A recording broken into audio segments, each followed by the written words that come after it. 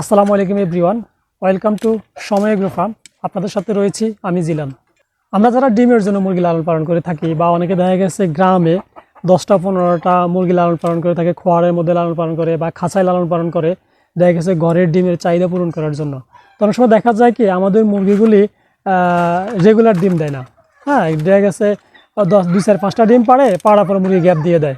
আমরা যে আশা নিয়ে মুরগি লালন পালন করি তখন আমাদের এই আশাটার পূরণ হয় না। দেখা গেছে আমাদের ঘরে যে ডিমের চাহিদা থাকে বা আমাদের অনেক সময় দেখা যায় খামার করি, ছোটো আকারে খামার করি বাচ্চা উৎপাদনের জন্য বা ডিম বিক্রি করার জন্য। তো ওই ক্ষেত্রে দেখা যায় কি আমাদের মুরগিগুলি রেগুলার ডিম দেয় না, গ্যাপ দিয়ে দিয়ে ডিম দেয়। এতে কিন্তু আমরা আসলে লসের সম্মুখীন হই। তো এই সমস্যাটা কেন হয় আর এর থেকে পরিত্রাণের উপায় কী? তো আমাদের আসলে মুরগি যখন ডিমে আসে বা মুরগি যখন ডিম পাড়া শুরু করে তখন কিন্তু মুরগির শরীরে বিভিন্ন রকমের ঘাটতি দেখা দেয়। ঠিক আছে, বিভিন্ন ভিটামিনের ঘাটতি দেখা দেয়, মিনারেলসের ঘাটতি দেখা দেয়, প্রোটিনের ঘাটতি দেখা দেয়। তো আমরা দেখা গেছে অনেক সময় মুরগির কাছ থেকে শুধু প্রোডাকশনে পেতে চাই, আমরা বিনিময়ে মুরগি কিছু দিতে চাই না। আপনি গিভ অ্যান্ড টেক, আপনি যখন কারো কাছ থেকে কিছু পেতে চান তখন তাকে কিছু না কিছু দেওয়া লাগবে।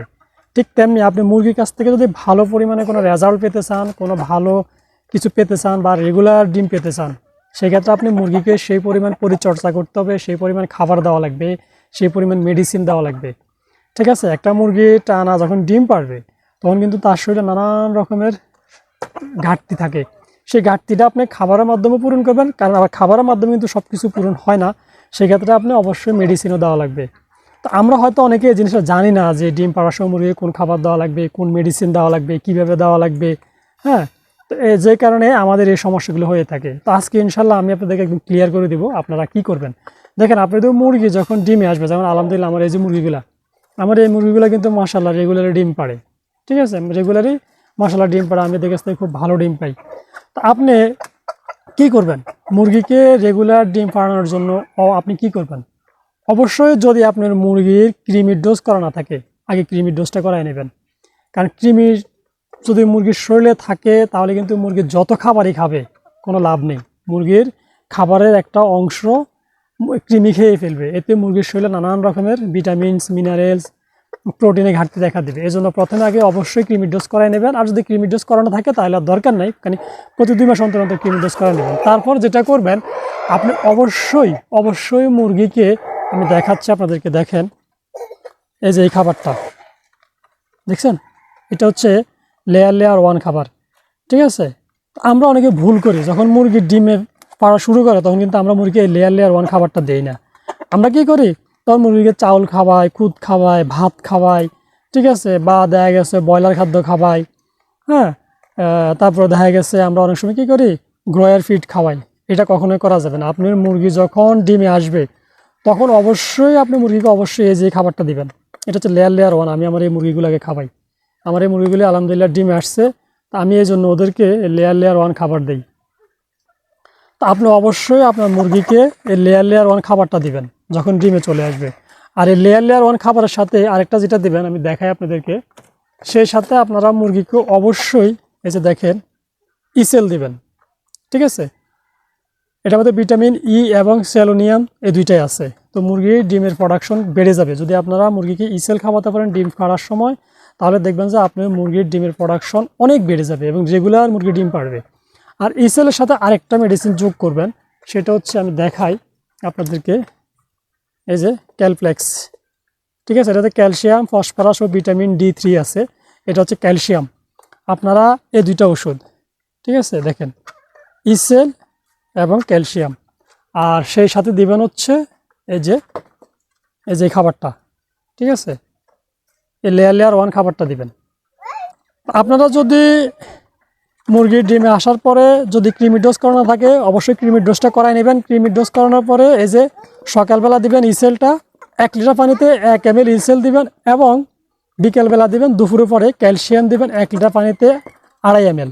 যদি আপনারা এইভাবে আপনারা মাঝে মাঝে ইসেল এবং ক্যালসিয়াম খাওয়াতে পারেন আর সাথে যদি রেগুলার লেয়ার 1 ফিড খাওয়াতে পারেন তাহলে দেখবেন যে ইনশাল্লাহ আপনাদের মুরগির রেগুলার ডিম পারবে এবং ডিমের প্রোডাকশন খুবই ভালো আসবে, ডিমের সাইজও ভালো আসবে। তো আমরা কিন্তু এই জিনিসটা অনেকে ভুল করি, কারণ আপনার ডিম পাড়া মুরগির জন্য এই লেয়ার 1 খাবারটা হলো সবচেয়ে বেস্ট খাবার। যখন মুরগির ডিমে আসে তখন এই লেয়ার 1টা খাওয়ানো হয়। তা আপনারা অবশ্যই আপনাদের মুরগি যখন ডিমে চলে আসবে তখন অবশ্যই লেয়ার লেয়ার 1 খাওয়াবেন।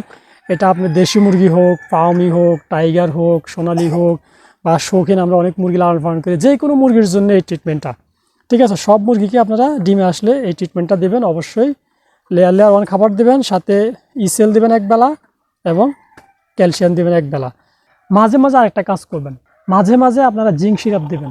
তো এই যে আমার হাতে দেখতেছেন, এটাই হচ্ছে জিঙ্ক সিরাপ, ঠিক আছে? এটা হচ্ছে তাসাগো কোম্পানির জিসকো 10। আপনারা জিসব্যাটও আছে, জিসব্যাটও খাওয়াতে পারেন, আপনারা আপনাদের সুবিধা মতো যেটাই খাবেন। আমি অবশ্যই এটাই খাবো, এটাতে আমি রেজাল্ট ভালো পাচ্ছি। তা আপনারা লেয়ার লেয়ার 1-এর সাথে ক্যালসিয়াম এবং ইসেল তো দেবেন, পাশাপাশি মাঝে মাঝে জিঙ্ক সিরাপটা দেবেন।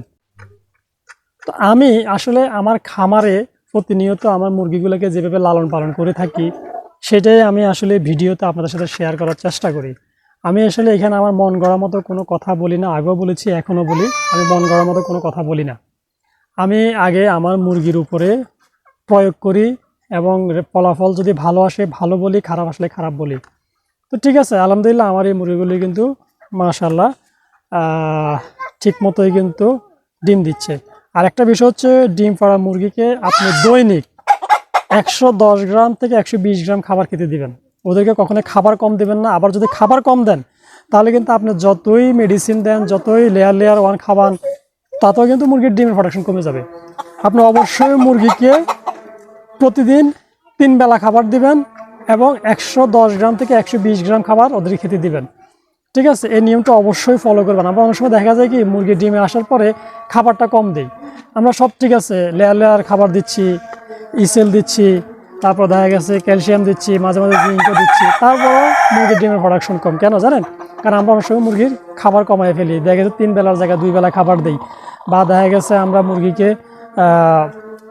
পেট ভরে খেতে দেই না। আপনি অবশ্যই মুরগিকে 3 বেলা খেতে দিবেন এবং দৈনিক 110 থেকে 120 গ্রাম খাবার দিবেন। তাহলে দেখবেন যে আপনাদের মুরগিগুলি ইনশাআল্লাহ ডিমের প্রোডাকশন খুবই ভালো আসবে এবং কোনো গ্যাপ দিবে না, টানায় ডিম পারবে।